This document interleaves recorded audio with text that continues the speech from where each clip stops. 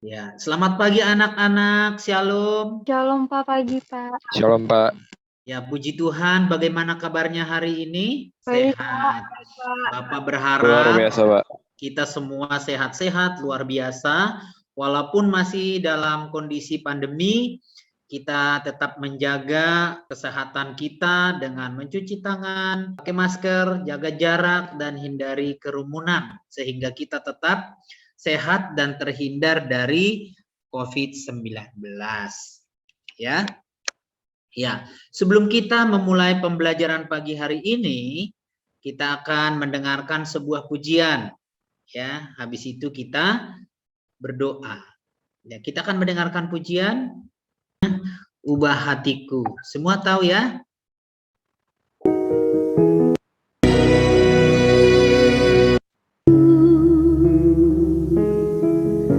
Seputih salju,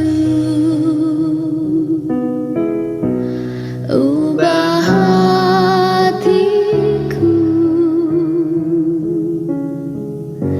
seperti dirimu. Kau penjunan. Engkau penjunan, ku tanah liat, bentuk jadikan, ingin ku lihat.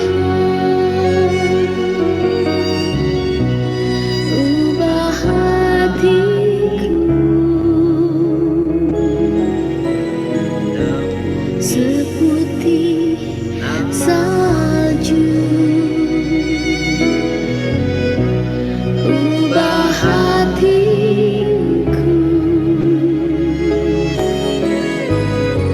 seperti dirimu. Ya, Bapak minta Jesse berdoa untuk mengawali kita belajar pagi hari ini. Silakan Jesse. Baik Pak. Teman-teman dan pariapan, mari kita bersatu di dalam doa. Allah Bapa kami, Tuhan Yesus, kami menyiapkan diri dengan sungguh untuk menjalankan tugas perutusan dari-Mu. Dan para muridnya juga belajar sebelum mereka diutus ke seluruh dunia.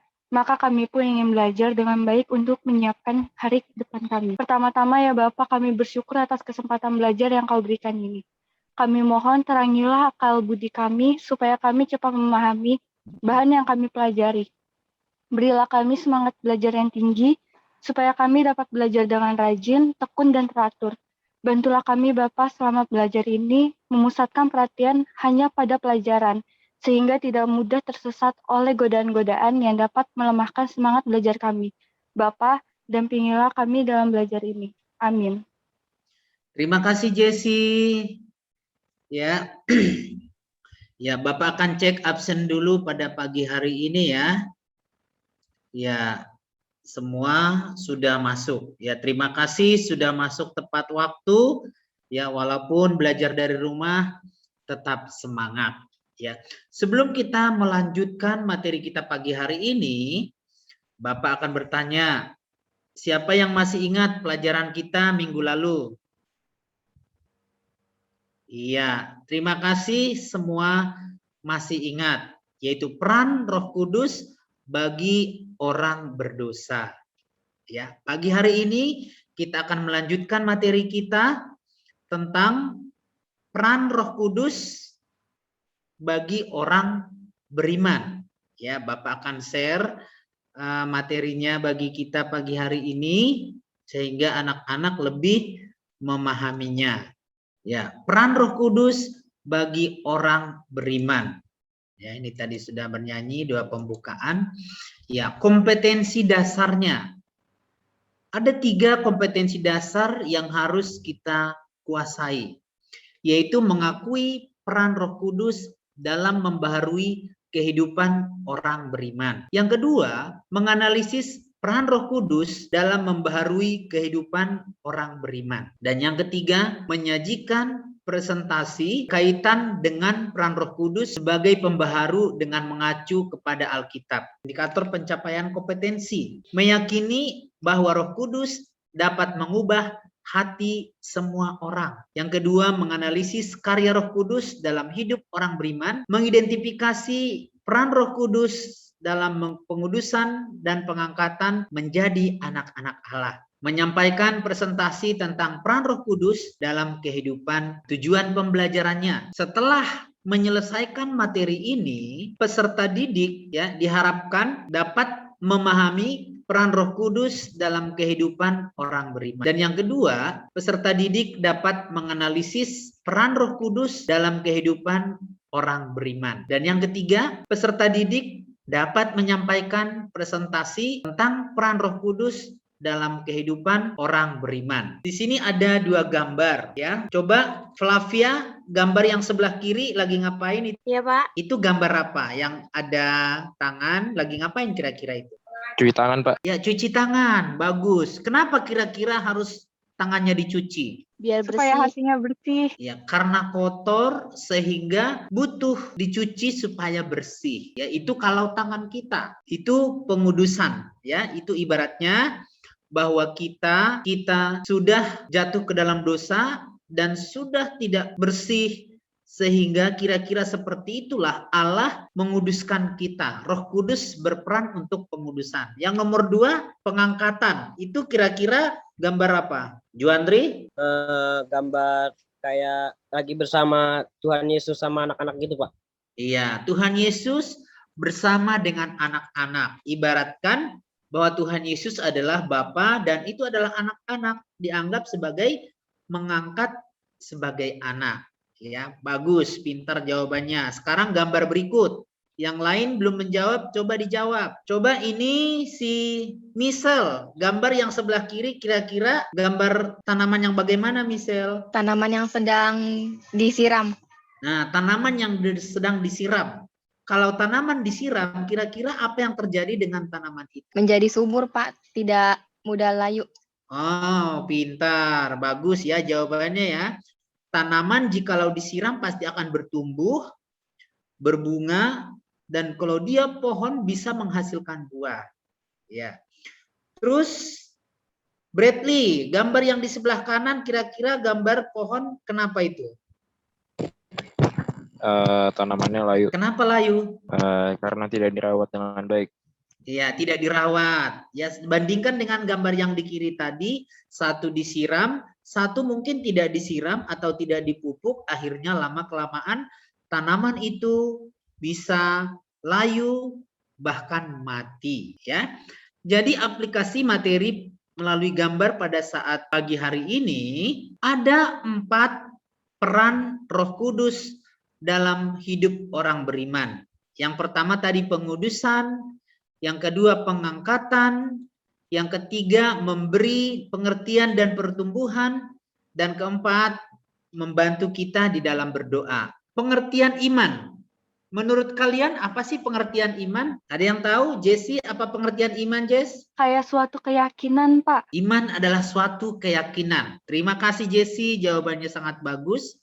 Ya, iman berasal dari bahasa Yunani pistis dan pisteo. Meyakini, mempercayakan kepada orang yang dapat diandalkan dan setia dan taat.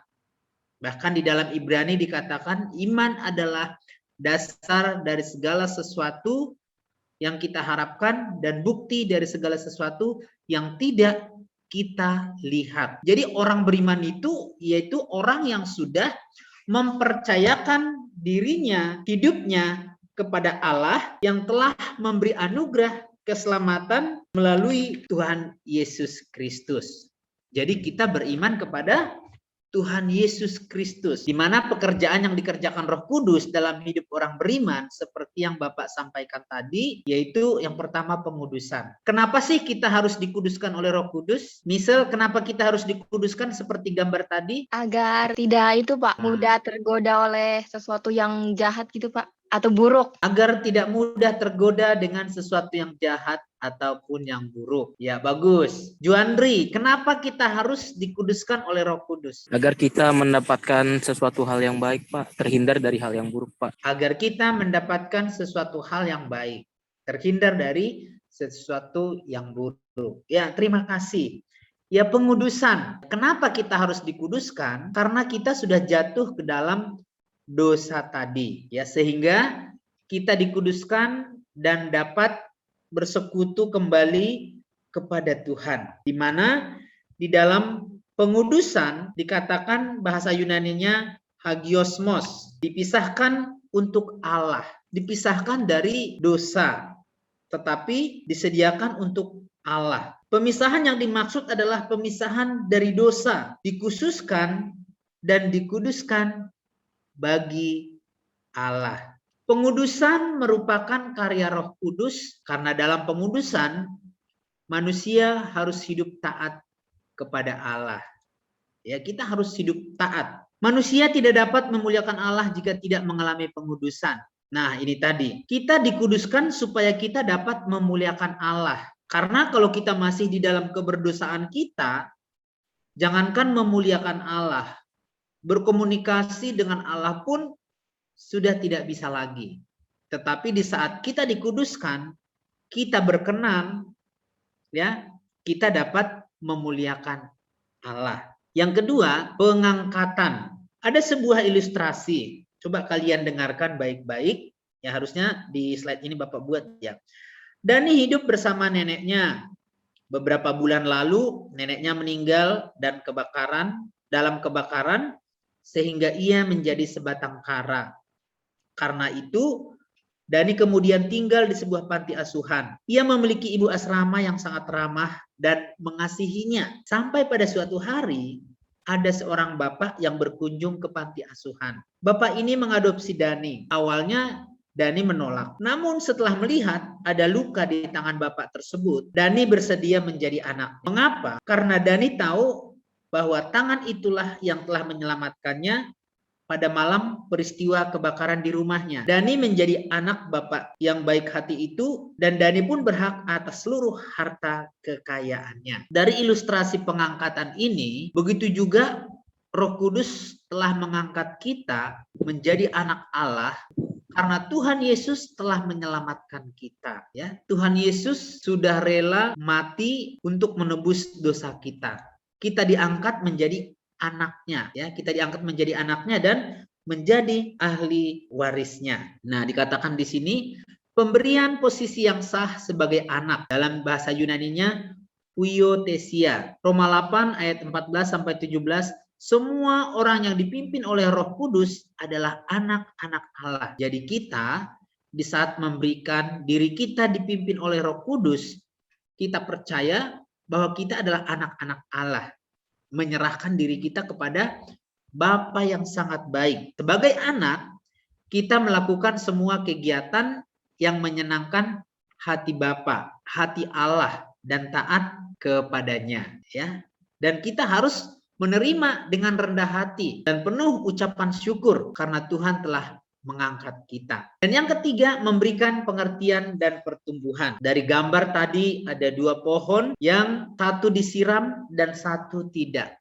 Itu diibaratkan bahwa Roh Kudus memberi pertumbuhan kepada manusia. Manusia yang mendengar firman, dia akan bertumbuh karena firman itu adalah asupan makanan rohani bagi tubuh kita. Apa yang diberikan Roh Kudus dikatakan? Kuasa untuk mengerti. Kalau kita di dalam keterbatasan kita, di saat kita minta kepada Roh Kudus, dia akan memberikan pemahaman, pengertian bagi setiap kita. Yang kedua, memberi pengertian kepada kita agar dapat mengerti dan menerima pernyataan Tuhan dengan benar dan tepat. Yang ketiga, memperbaharui akal budi kita, dapat memahami kehendak Allah dengan benar. Ya, apa sih kehendak Allah? Pertumbuhan rohani memerlukan asupan yang bergizi berupa firman Tuhan. Kalau tanaman ini asupan gizinya air, pupuk, sehingga dia bertumbuh, kita sebagai anak-anak Tuhan, asupan rohani kita adalah firman Tuhan. Ya, di contohnya, ya, orang percaya perlu lingkungan sosial rohani yang kondusif. untuk pertumbuhan rohaninya, namun tidak antisosial. Gereja dan orang percaya harus terbuka terhadap masyarakat. Pertumbuhan rohani adalah proses seumur hidup, ya. Jadi pertumbuhan itu proses seumur hidup. Selama kita masih hidup, dikatakan proses di dalam pertumbuhan. Karena pertumbuhan rohani adalah proses seumur hidup yang terjadi melalui mempelajari dan menerapkan firman Tuhan. Seperti jemaat mula-mula, di sini Roh Kudus berfungsi sebagai penolong. Nah, oleh karena itu, hiduplah oleh Roh. Roh Kudus memberikan pengertian yang benar tentang kebenaran agar kita memahami hal-hal rohani dengan benar dan memberi pertumbuhan rohani. Dan yang keempat, membantu dalam berdoa. Ya, Roh Kudus membantu kita dalam berdoa. Ya, doa itu memang tidak dihafal. Tetapi di saat kita minta kepada Roh Kudus, mampukan saya. Kita akan bisa berkata-kata sesuai dengan apa yang Roh Kudus inginkan. Dan Roh Kudus akan menyempurnakan doa kita. Tanpanya, doa kita tidak bisa dikenan Allah. Doa Bapa kami. Doa yang paling sempurna yang diajarkan Tuhan Yesus kepada murid-muridnya. Ya, jadi kesimpulan materi kita pada saat pagi hari ini, Roh Kudus sangat berperan dalam kehidupan orang beriman, ya. Roh Kudus menguduskan orang beriman, di mana orang beriman jatuh ke dalam dosa dan Roh Kuduslah yang menguduskan sehingga orang beriman kembali dapat memuliakan Allah. Roh Kudus juga mengangkat kita sebagai anak-anak Allah sehingga kita mendapatkan ahli waris apa yang dimiliki oleh Allah. Roh Kudus memberi pengertian dan pertumbuhan. Dalam keterbatasan kita, kita tidak bisa mengerti dan bertumbuh sendiri. Tapi Roh Kuduslah yang terus memberikan pertumbuhan rohani di dalam kehidupan kita, sehingga kita dapat menghasilkan buah sesuai dengan apa yang Tuhan inginkan. Dan Roh Kudus juga membantu kita di dalam berdoa, di dalam keterbatasan kita, sehingga kita mengerti apa yang menjadi doa kita kepada, ya. Ada yang bertanya tentang materi kita pada saat pagi hari ini? Tidak ada, Pak. Tidak, Pak, sudah jelas. Ya, sudah jelas, ya. Kalau begitu, Bapak sudah kirim tugas di classroom, tolong dikerjakan, dibaca, dipahami, dan ada LKPD, lembar kegiatan peserta didik. Ada beberapa soal di situ, dijawab dan dikirimkan kembali di classroom, dan Bapak akan nilai dan kembalikan lagi kepada kalian, ya. Oke, kalau sudah tidak ada, mari kita akhiri pertemuan kita pada saat sore hari ini. Bapak minta Bradley berdoa untuk mengakhiri pertemuan pagi hari ini. Silakan Bradley. Oke teman-teman, kita bersatu dalam doa. Ya Tuhan, kami sudah selesai pembelajaran kami, Tuhan Yesus. Terima kasih sudah memberkati pelajaran ini dari awal pertengahan hingga akhirnya, Tuhan Yesus. Dan juga kami akan melakukan aktivitas kami dimanapun kami berada, ya Tuhan Yesus. Terima kasih Tuhan Yesus, dalam nama-Mu kami berdoa dan mengucap syukur. Haleluya, amin. Amin. Selamat melanjutkan pelajaran berikutnya. Selamat pagi, Tuhan Yesus memberkati. Terima kasih, Pak. Terima kasih, Pak. Selamat Pak.